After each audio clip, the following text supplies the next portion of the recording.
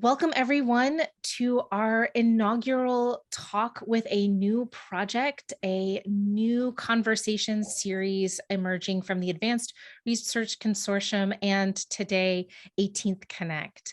I am Dr. Emily Friedman of Auburn University, the director of 18th Connect, and I am here with ARC director Laura Mandel and a host of other wonderful human beings who I will let introduce themselves in the fullness of time.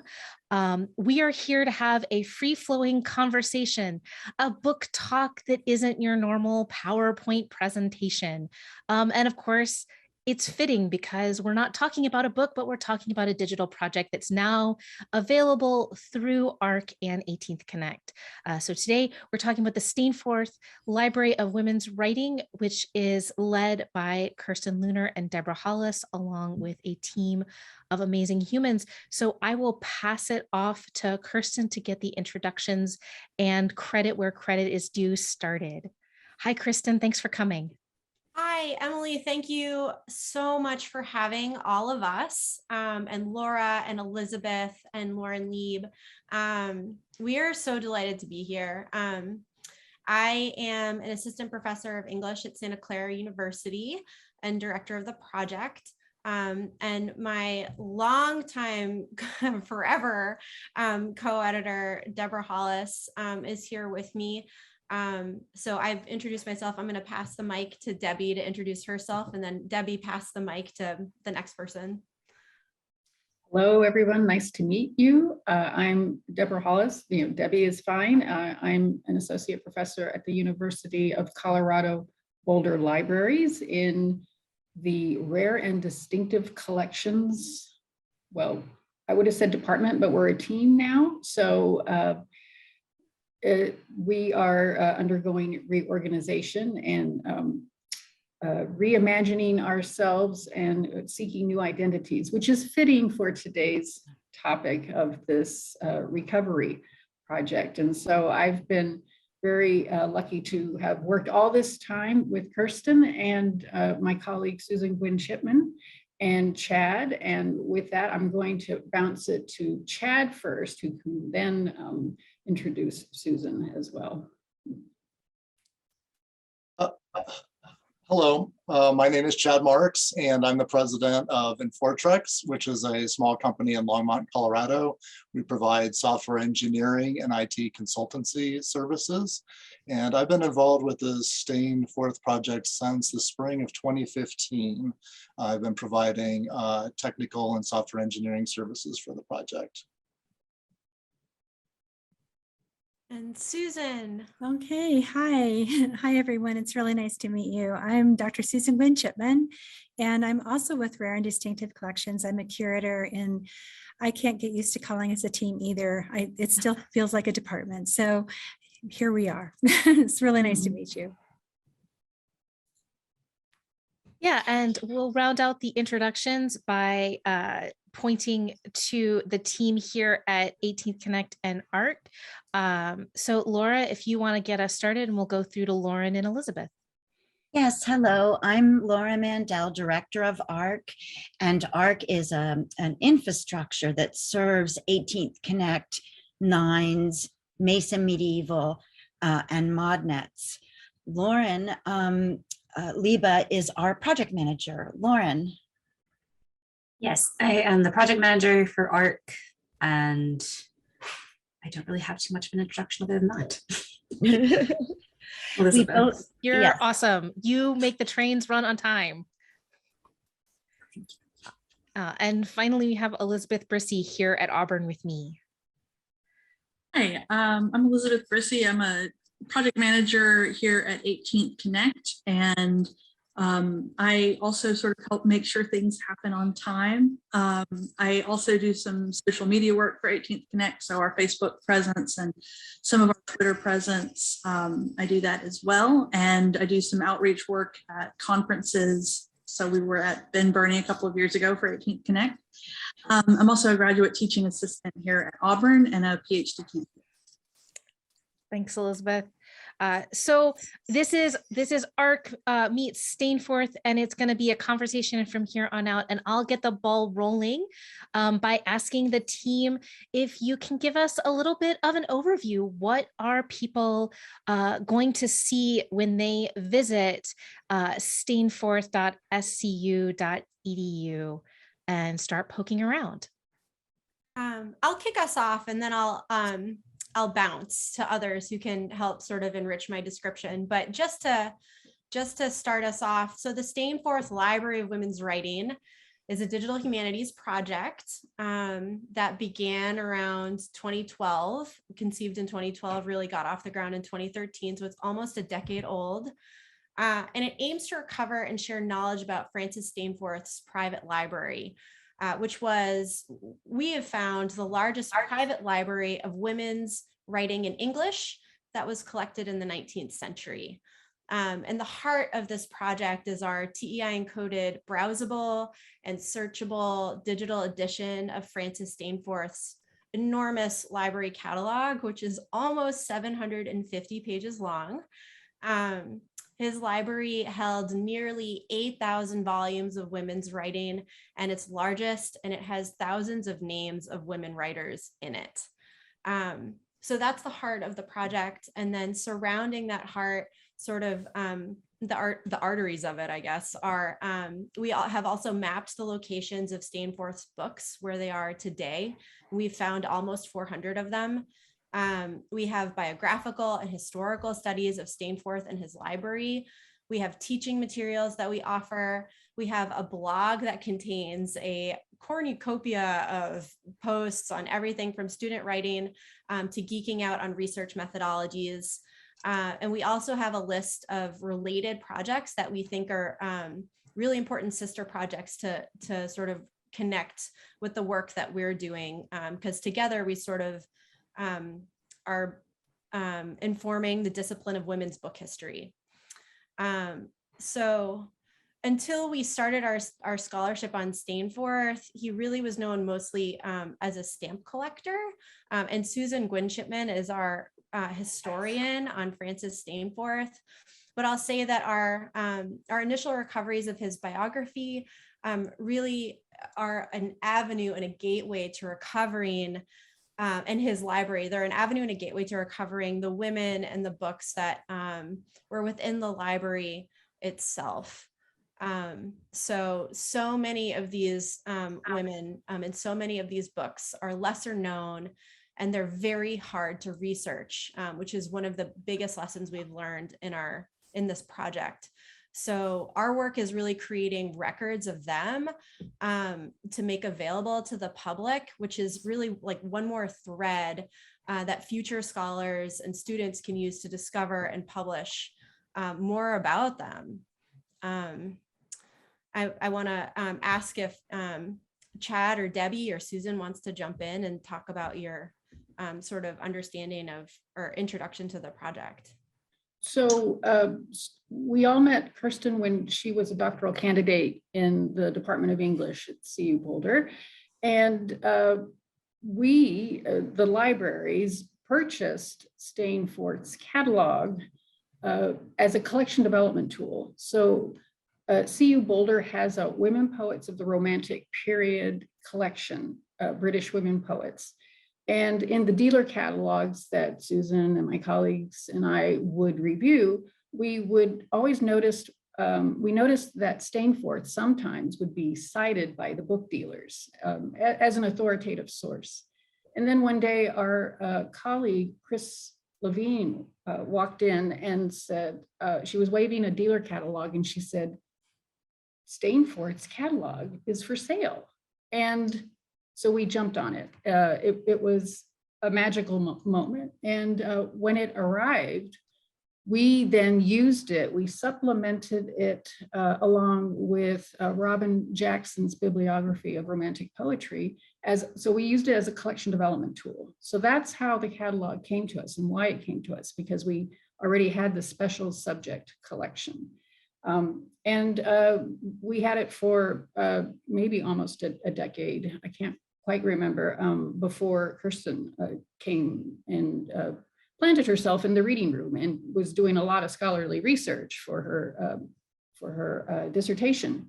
And so the beauty of this is that one day I brought it out and I shared it with Kirstyn, and Susan will also explain that the beauty of our team is that, so me as a librarian, as a special collections librarian, Susan as a historian, Chad as a programmer, and Kirstyn as the literary scholar, we just naturally all came together to try and bring this this incredible database to life. So I would bounce it to Susan next, just to talk about, we had more questions about Stainforth as we were becoming more familiar with what was in his catalog. You know, one of my major questions arose when we were all gathered together, the four of us, plus I think Michael Harris, and we were talking about what would the library have looked like and how would it have been put together and where would it have been? And suddenly I was just really intrigued because I'm very interested in architectural space and trying to sort of reconceptualize architectural space that may not be physically there anymore. And I was so fascinated with it. So that's kind of the direction that my research started going in.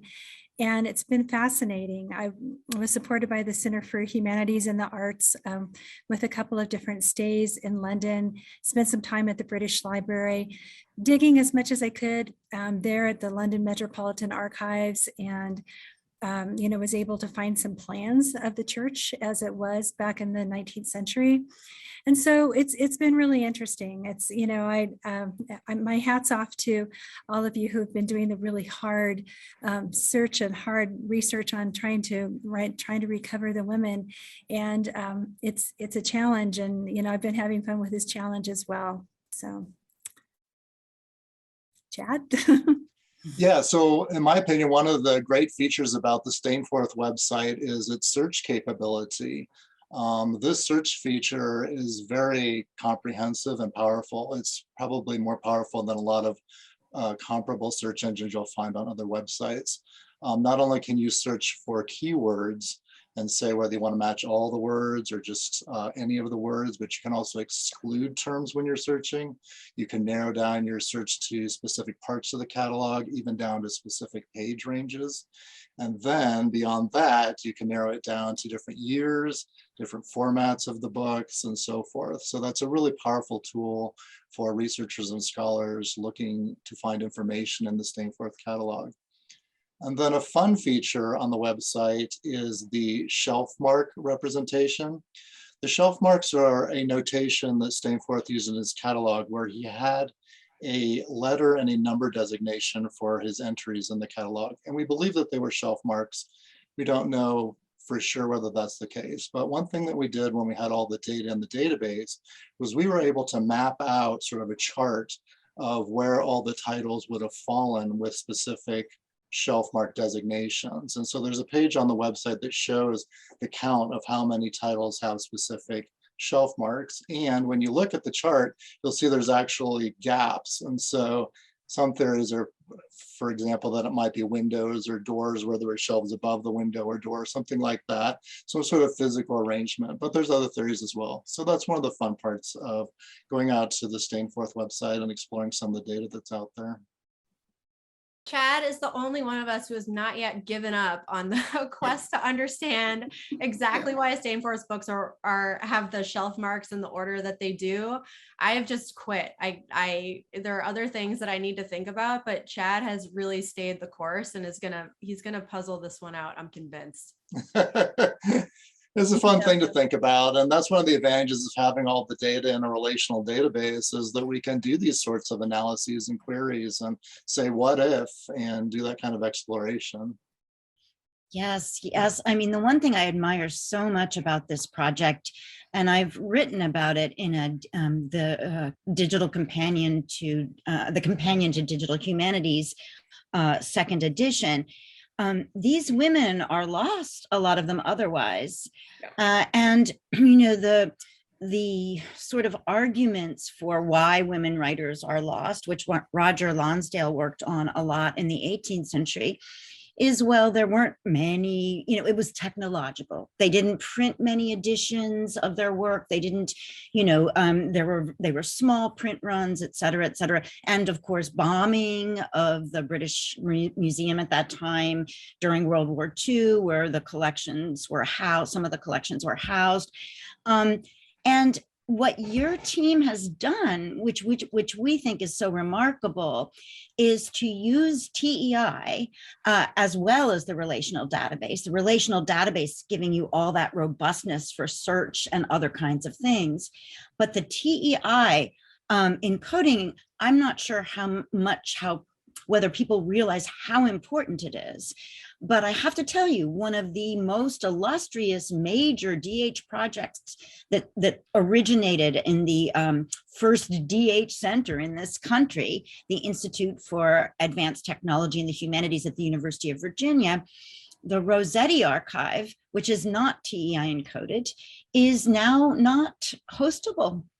And what you're doing is battling an ideological problem, the desire to keep losing women writers, so we keep having to rediscover them, with robust technology and including linked open data, which is the most amazing part, which I'd welcome you to speak about. Yeah, so I am going to jump in and respond to that first, because Laura, I think, and this is, I think, let's be honest, this is a lot of this, my value for creating something that's library quality, archive quality, preservable. I wouldn't say indestructible, but that will certainly better stand the test of time than some other projects. Is that early on, I learned from your training at Miami of Ohio, how important it is to encode your data if you want a project to be able to not be dependent upon one kind of application or software package or piece of hardware. And it will be able to transform into different kinds of outputs. It will be able to be preserved by different kinds of systems of libraries and archives.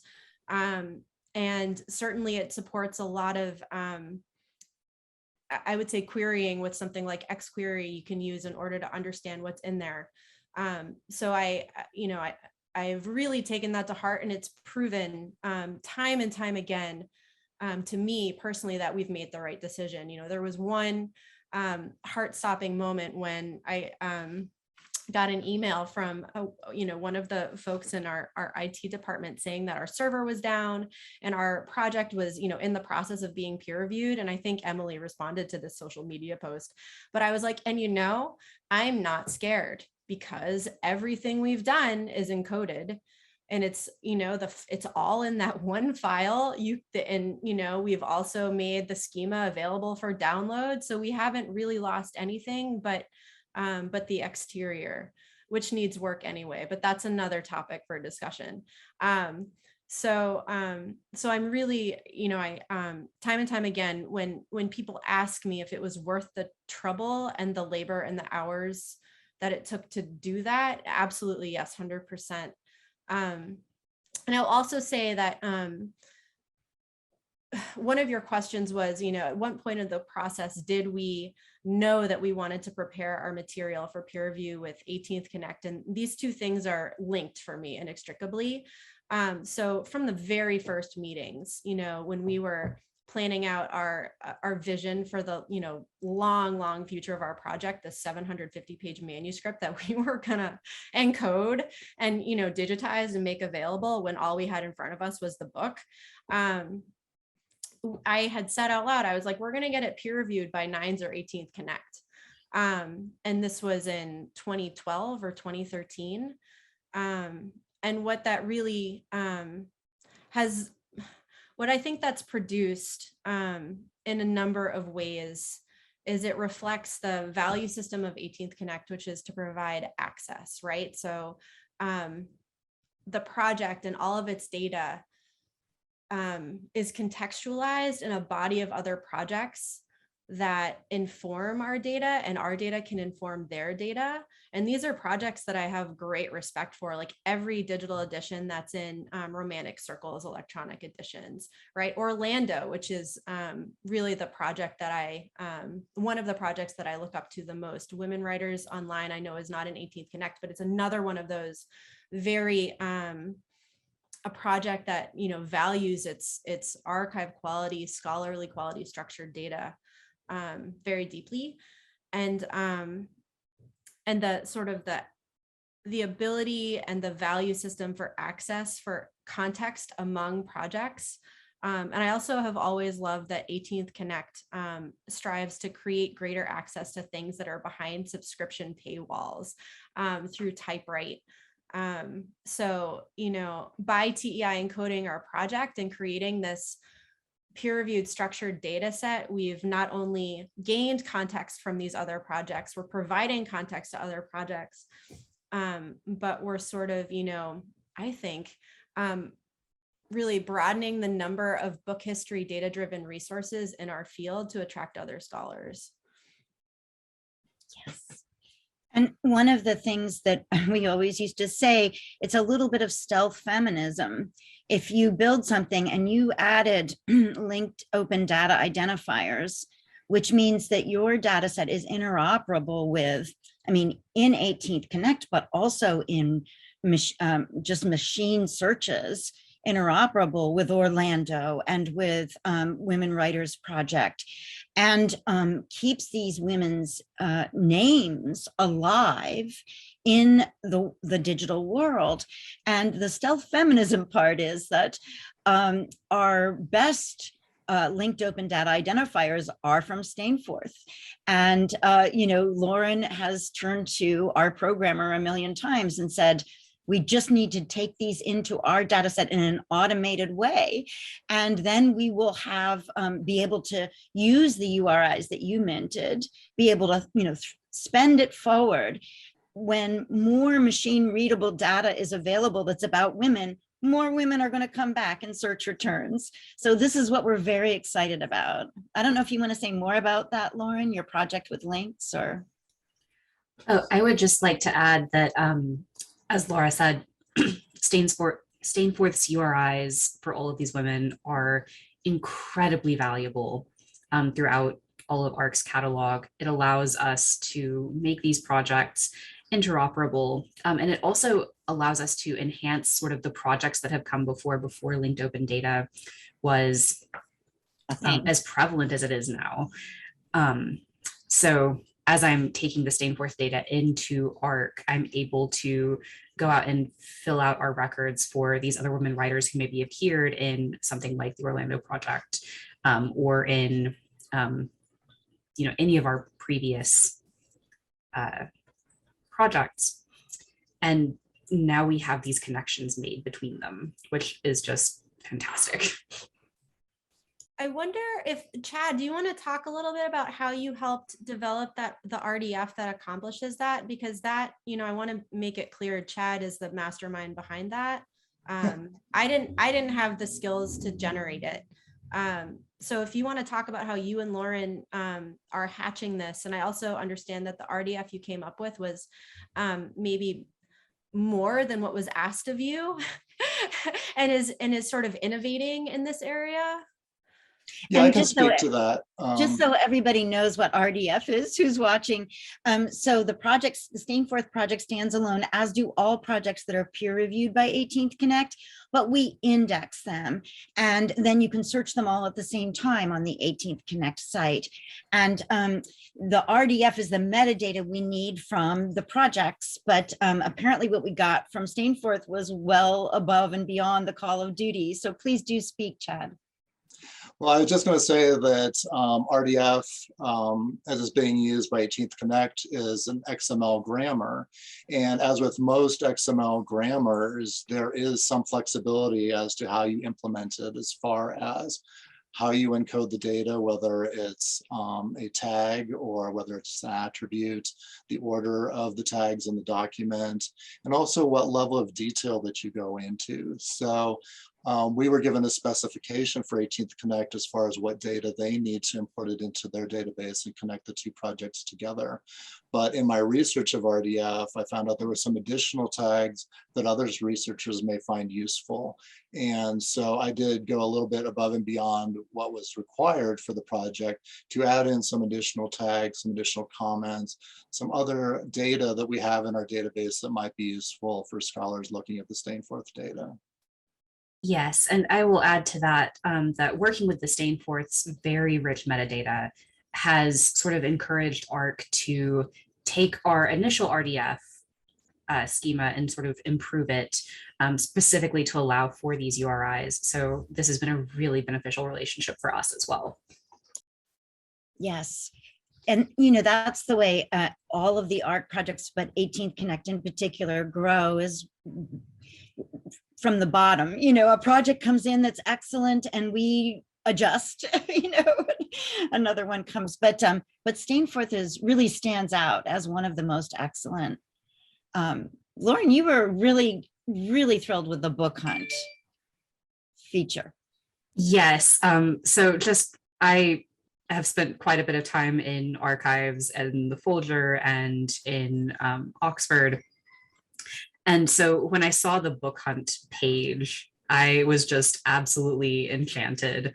And I was wondering if you could talk a little bit more about sort of how that part of the project developed and sort of what the results of just seeing where this library has ended up have been.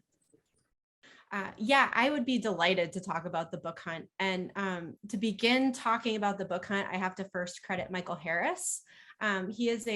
He was a longtime Stainforth editor who moved on to take a great job as a librarian.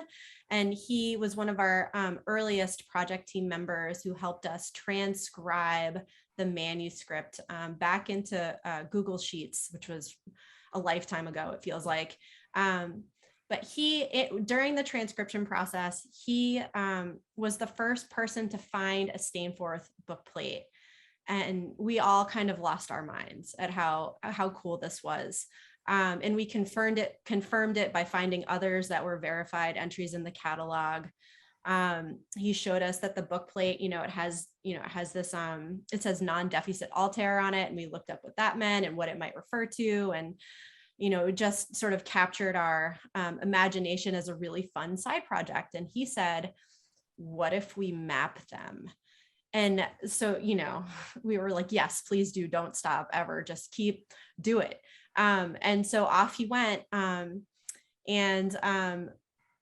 Early on, we found a lot all at once. And then now they're sort of starting to trickle in more slowly. But all told, at the moment, we found 371 Stainforth books. I know, in 26 libraries or 26 locations all over the world.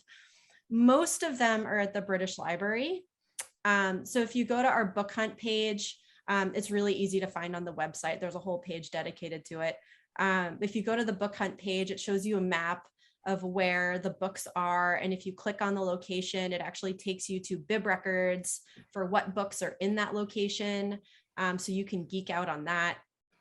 And we have we have a form on our website whereby anyone who runs into a Stainforth book, in the wild, if you're just doing research wherever, you can submit an entry into this form and we get it and we'll map that book. And I have to say, it's yielded a lot of interesting scholarly results, but it's also turned into this great sort of public magnet for the project that was completely unexpected, such that I think it was at some point during my postdoc at Dartmouth, I took a trip to London to do some research and went just Stainforth research. And I went to Guildhall Library to see two of the earliest volumes that we have in our listed in the catalog. It's the Examinations of Anne Askew. And the librarian, when I requested them and they come to the desk and they, give them to you, she said, these are Stainforth books. And I said, what did you just say? And I said, yeah, I know they are. And so we just had this great conversation. She was like, yeah, there's this great like digital humanities project that maps them. And I was like, that's our project. So it was just delightful. And she was like, are you telling the librarians about this at the British Library where you're working? You know, because you should just spread the word so that everyone sort of knows. So it turns out we have a stealth, maybe not so stealth, following of rare books librarians. And we continue to get, you know, submission forms from private individual collectors who go to estate sales and buy a book and open it and they find a book plate and then they find our project. So it's just been, you know, a really fun way to connect with graduate student researchers, you know, just individual curious intellectuals, rare books librarians all over the world. And, you know, we're not going to stop anytime soon. I'm pretty sure that there are probably a few entries waiting for me to map them because I haven't checked it in a couple months. But they always trickle in. And I'd say one of the scholarly things that we've learned from mapping where all the books are is that so many of them have wound up at the British Library is fascinating. So they were at the British Library. There's an annotated version of the auction catalog from Stainforth's, when Stainforth's library was auctioned by Sotheby Wilkinson and Hodge in 1867. He died in 1866. And we learned from a connection of Debbie's at the British Library that every time in that auction catalog where the seller or the buyer is noted as someone named Boone, that represented someone buying for the British Museum, which then became the British Library. So we've started sort of tracking that provenance. And, you know, it's just endless rabbit holes, really. You know, we really enjoy playing with thinking about where the books are now. I think that builds us to a good question that kind of ties this back in both to kind of the feminist stuff Laura was talking about and other sorts of things. I regret to inform you, this is not a question that was on the sheet, but it's one about labor. You've talked about crowdsourcing labor. You guys have given credit to each other's labor, but you've kind of mentioned in passing some of the other labor. Do you guys want to talk about how you're working across two different institutions now? I know another institution was also in the mix at different points. If you guys want to talk about how that has worked for each of you in each of your working lives, how has this project been part or in an addition to your existing working lives? Debbie?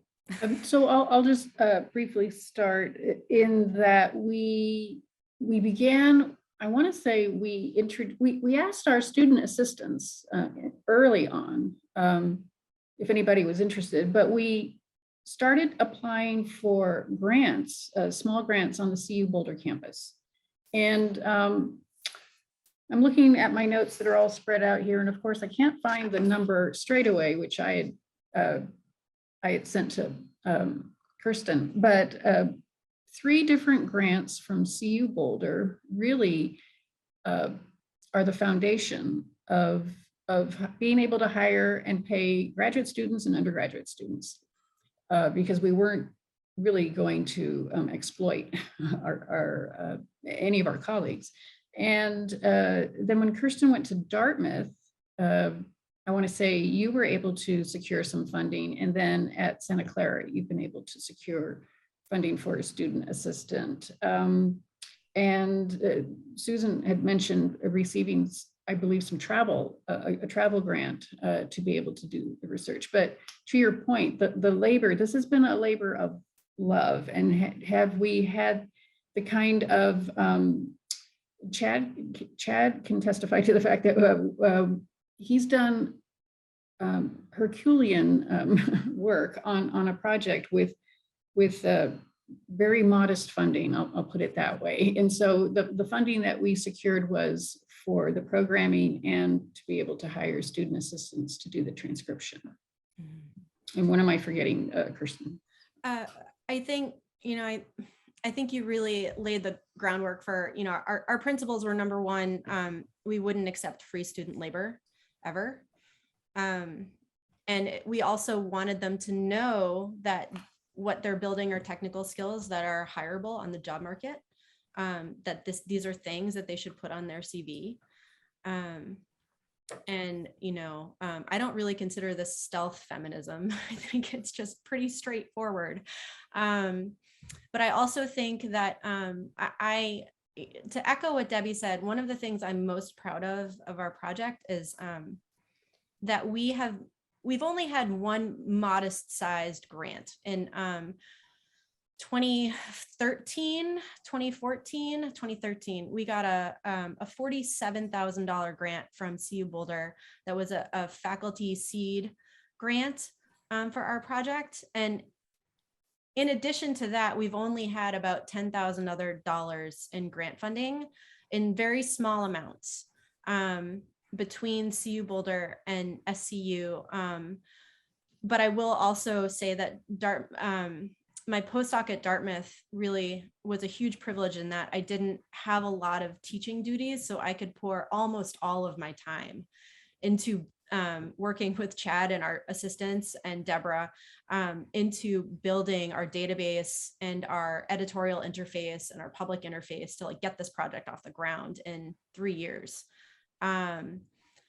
So I'm kind of proud of the fact that we're a project that hasn't had a huge grant, a huge external grant, and we've been able to do so much. And I know that one of the sort of marks of prestige or viability or credibility for projects is receiving lots of external funding. But I think we've shown that that isn't, it's not necessary. That said, I think what we would have built would have been a lot easier had we had, some sort of amazingly huge external grant. And one of the things that we're looking to do to use our peer review and to use what we've built so far is to leverage that in order to ask for a lot of money from an external source to build phase 2, which we can talk about later. Well, I just wanted to say, we usually think of granting agencies as a kind of place for, peer review in a sense. They see a project, they say, this is a good one, and they fund it. We recently at 18th Connect rejected a project that had grant advertisements all over it and had gotten money and lots of money from everywhere. And it was static HTML pages with no coding, no information, no images, and so our technical reviewers were just like, and one of the people who reviewed it said, well, it shouldn't go away. Oh, it doesn't go away. It just doesn't get accepted into 18th Connect, and it doesn't pass peer review. And I feel that in NEH, that this was in a different country. The NEH at least requires that you do that, you commit to best practices in technological standards, which you all have done tremendously and beyond, and that you're well positioned for a phase 2 grant, especially because this beautiful document really serves as, in a way, a finding aid for preserving women's writing. Obviously, Colorado is using it to enhance your collections. Isn't that right, Deborah? As a buying guide. And I have to tell you, I have found some things at the University of Colorado Boulder, that romantic women writers collection, that I haven't found anywhere else. All of Clara Reeves' poetry, for instance. So it's the sort of best of two worlds working together. And I didn't mean to call it a stealth feminism project, because it isn't. The only thing that's stealth is if machines who are crawling the web for the best encoded data don't know anything about the data other than it's best encoded, and then they promote it to the top. And that's the stealth part, where the women get to the top. Sorry. No, but to your point, not about the stealth, but earlier you mentioned, Laura, the fact that women had sort of evaporated into the mist of time. I mean, you didn't say it that way, but that they're being recovered. And Stainforth proves that we didn't lose them. He knew of these writers and he knew of this transatlantic relationship because he also obviously used three well-known reference tools to identify American women writers. And Kirstyn and Susan have heard me, well, and Chad, over the years. I will say, since I'm not a literary scholar, I'm a librarian, so I was in the collecting and the, trying to get enough to build this lovely WPRP collection. But I always had my eye out for where are the women of color and where are the others, the gender non-binary women. And sure enough, our man Stainforth had three women of color. And that, in the beginning, I used to explain to students that was a low number. But in the context of time and history, it's amazing that he had the works of Phyllis Wheatley. It's amazing. I had not heard of Anne Plato, and I was disheartened that I had not heard of Anne Plato. He had Anne Plato's work, and he writes, the annotation in his catalog is a negress. And it was one of those cartoon moments where you do, what? He had Charlotte Cushman, who is known perhaps best in the theater history. And she may have been gender non-binary or asexual. And she and her sister are known in other circles. But that's the beauty of Stainforth, is all these different disciplines and different genre backgrounds come together, and meaning that he was aware of these particular writers and he collected their work.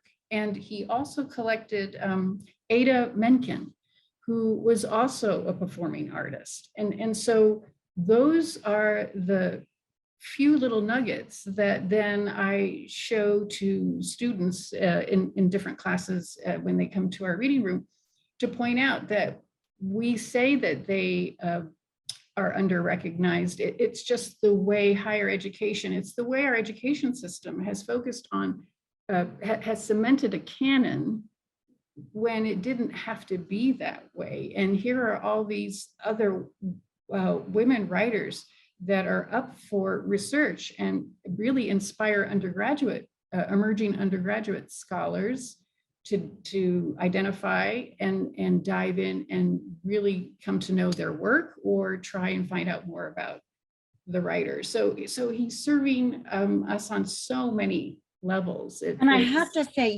the historians who say, oh, women writers are lost due to technological issues, they're the ones, just to give you an example of the way that that's a lie.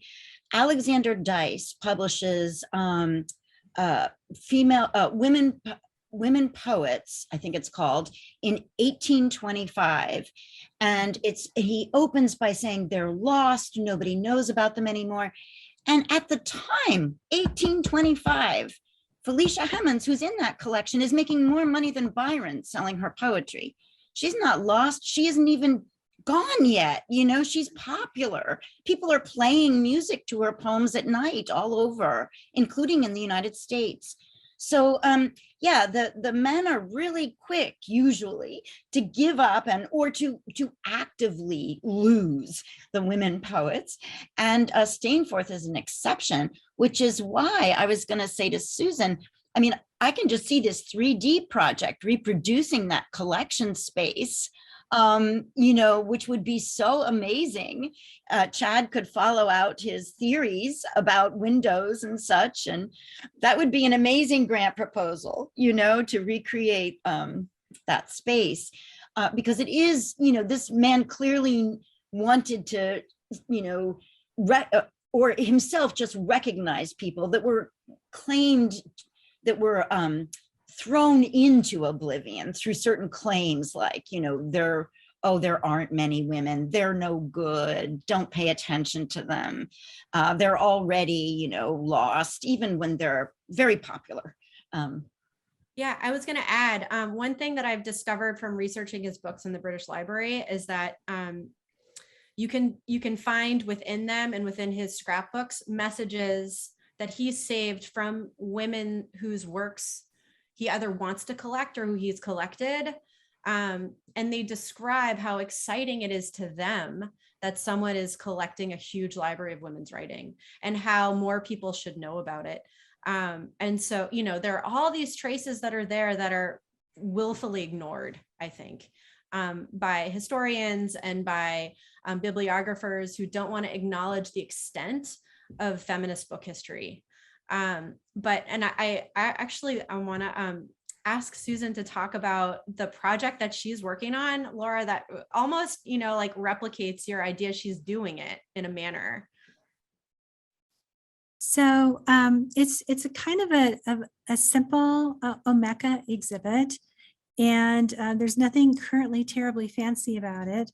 It has the different categories over here on the left, and talks a little bit about the library, talks a little bit about his background, his parents, one side of his family coming from very wealthy origins, and the other side maybe not quite so wealthy. But I can kind of, in answer to your question, let's see if I can do this and actually see what I'm doing at the same time. This is one of the plans that I was able to locate at the London Metropolitan Archives, showing the location along Mark Lane, which is really close to Fenchurch Street, really close to the Tower of London, but it doesn't exist anymore. The only part of it that's still in existence is the Tower of London, to which Elizabeth I had repaired before she was queen, when she was imprisoned under her sister Mary Tudor. So that's the only part of the church that's still remaining. And we've got and this is the book plate that belongs to Afra Ben's book that we have here, and History of Hollis staining. I'm going to see if I can find the other plan. This is an image of it from 1831 and what it would have looked like about a couple of decades before Stainforth arrived. And All Hallows architecture. This is this particular image right here is showing, you can see the location of the tower right here. And there's Mark Lane right along here. And then basically this is everything that's being torn down, that was torn down in 1867 and a little bit after, in the following decade. And so I wish I had better plans. I wish I had a plan, really detailed plan of, where the library was located exactly, but sadly I don't. I haven't found anything quite along those lines yet. Other things that have come up, you can kind of see here how it looked in 1955 after, rebuilding after the bombing during World War II. St. St. Olave's on Hart Street was damaged significantly during it. And so they kind of revived the use of the tower for the short term for a church. And other pieces along here include, what the physical landscape looked like. I've gone back to the 1851 and 1861 census to look at who was living where during that time period. The ecclesiastical landscape is marked over here. You can kind of see the different wards and the different churches in the wards here. And the commercial landscape, and it proved to be a much more commercial district than I had given it credit for initially. I mean, these are the neighbors, basically. I was really surprised at what the neighborhood looked like. This is Fenchurch Street Station, which is still there. But most of it's gone. Most of it, a lot of it was lost in the Blitz. A little bit of urban renewal here. Trying to kind of figure out what is still standing, what's been rebuilt, what's demolished. And I need to work with, excuse me, Phil White of the libraries and figure out better ways to incorporate kind of a Google Earth take on the neighborhood here. And one thing I've just been working with Nicole Eichmann-Kalwara at the libraries with is the kind of the creation of this. We've been working on embedding a story mapping project within Omeka. So you can kind of see how it looks over time. And I'm just such a beginner at this. Now that the semester is over, I want to get back to this and experiment with it a little bit more. So that's kind of where it is right now. I guess I'll stop share so I can see you all. It's so interesting to think about this project, as I know Kirstyn and I have in conversation with other projects like the Reading with Austin project that aims to do a different kind of visualization and is also connected to the collecting work of Sandy Leuner for Schottenhaus. We fast forward a century or more, and all of a sudden we've got a very different kind of benefactor doing this kind of recovery work. And I know that all of our time at this part of the semester is precious, but I don't want to let you all go without you talking about what phase 2 is. What has your kind of conversation and work with us kind of led you to be kind of imagining as you prepare for the next round of development of what this is going to be? You can already find the Stainforth materials in ARC and 18th Connect. You will be able to find whatever they dream up next also, because we are able to iterate along with projects. But yeah, so what are you guys dreaming of these days? Phase 2. So we, the Stainforth project is the gift that keeps on giving, because it will never feel done, I don't think. It's the catalog is too big, and we just continue to come up with really great contextualization projects like Susan's, which is gorgeous. And so there are a couple of things that are underway that we're just going to continue because it's good feminist practice. We're doing amazing things with via virtual international authority file and name authority record creation, and we won't stop. Here I want to make sure to credit Anna Ferris, who's a librarian at CU Boulder, and also a consulting librarian that we have at SCU. We are 218 records into either adding or revising existing name authority records. So many of the women that are in this library catalog, as we've been talking about, are incredibly hard to research. And women writers, as we all well know, have the added complexity of often changing names, right? So you could publish under your maiden name, multiple married names, and potentially also various pseudonyms. And without a good name authority record, the only way to find everything a certain author would have published would be to know all of those varieties of their names. A good name authority record solves that problem. So we've been working very closely with our very generous colleagues in the library to provide them with either records that need to be enhanced and help them with their research to do that, or to ask them to do to be generous with their time and do the work to create a name authority record from scratch, as we did for like Jane Merriweather is one example, but there are a whole bunch of others. So we're not gonna quit that anytime soon. And that lays the foundation for all future research. And I want to say really importantly that, and this is, I wrote an article about this for Huntington Library Quarterly, but this is not something that any scholar can do by themselves. It requires a great relationship with the library and with NACO certified librarians. And so I'm really grateful that, we've been able to develop those relationships, I think, organically. But if it's something that you want to do and you're not sure how, just reach out to our project and I'll direct you to some resources. So that's one thing that's just going to continue. Another thing that we're doing is, so the phase, phase 1 of the project, our goal was to research to the fullest extent of our capabilities, the names and the person records that are in the library catalog. So who was in the library catalog? Who are the writers? There were 2,500 names. And then of course, those names are representative, just like a slightly smaller number of people, because people published under different names. So our person records are validated by multiple sources. We've figured out who folks were, and we have a lot of really great personography data for each of the authors.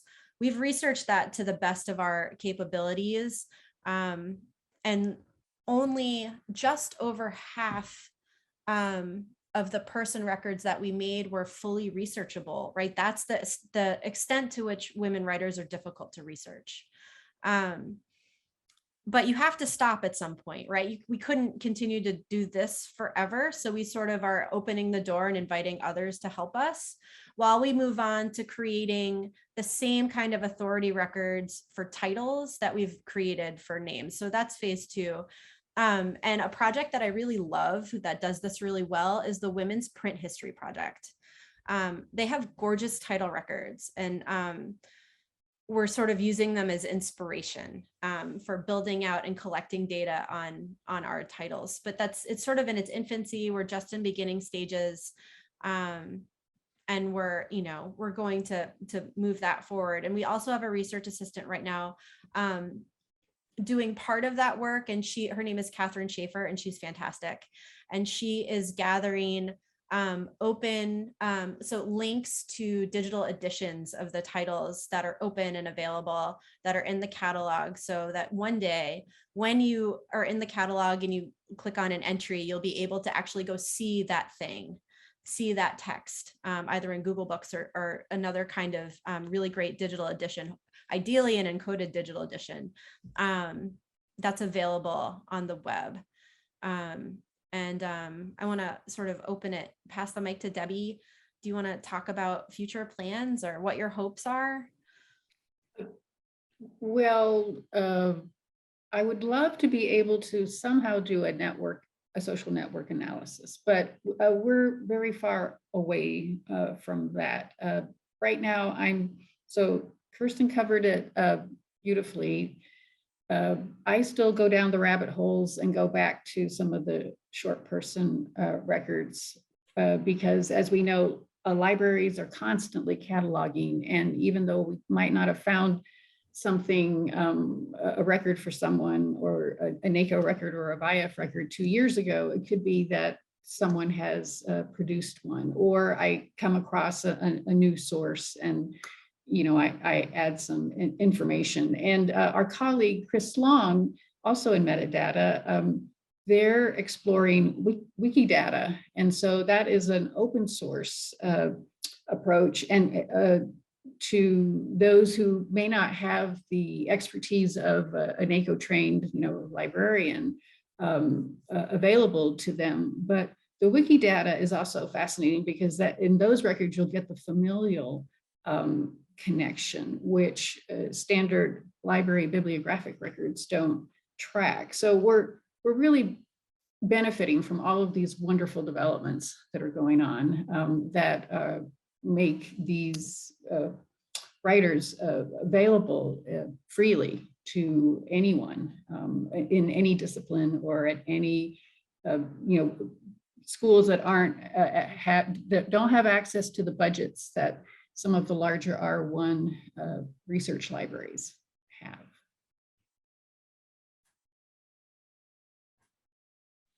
Chad, what do you want to do next? There you go. I want to know, I wonder if you could do stuff with phase 2 of our project, what would you want to do?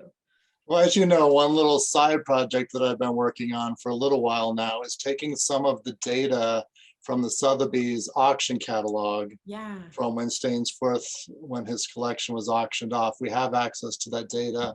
And I've been putting some of that data into the main Stainforth database, including information such as the lot number, the buyer's name when it was known, and the amount that it sold for. And having that data available may help with the book hunt.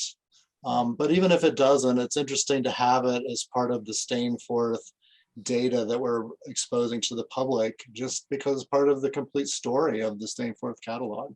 So that's one of the things I'm working on the side right now. But of course, I also want to do more research on the shelf marks because I find that fascinating. And early on in the project, we talked about that to really understand whether those are shelf marks or not, it'd be useful to have the dimensions of the book so that you know how thick it was, how tall it is, to see whether they would actually fit on shelves in a physical sort of situation in a library. That obviously would be a lot of work to enter all that data as far as the dimensions, but who knows, maybe someday.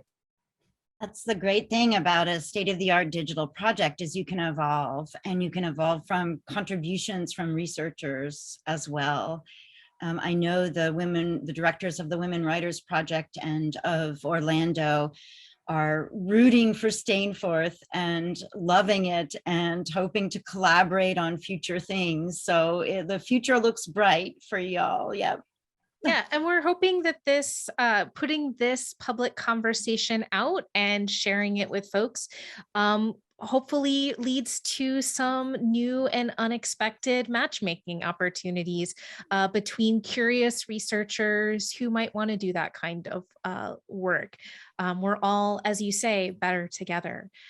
So I want to thank you guys for taking time out of this busy part of the year, the semester, in what is a very, for the purposes of when we are recording, a very difficult week in American history, in a very difficult year in our world. It is such a bright spot to get to see and honor this kind of work, and the work goes on. Thank you guys very much. Thank you for this opportunity. Thank you. You. Thank you. It was a pleasure being here. It was a pleasure. Awesome.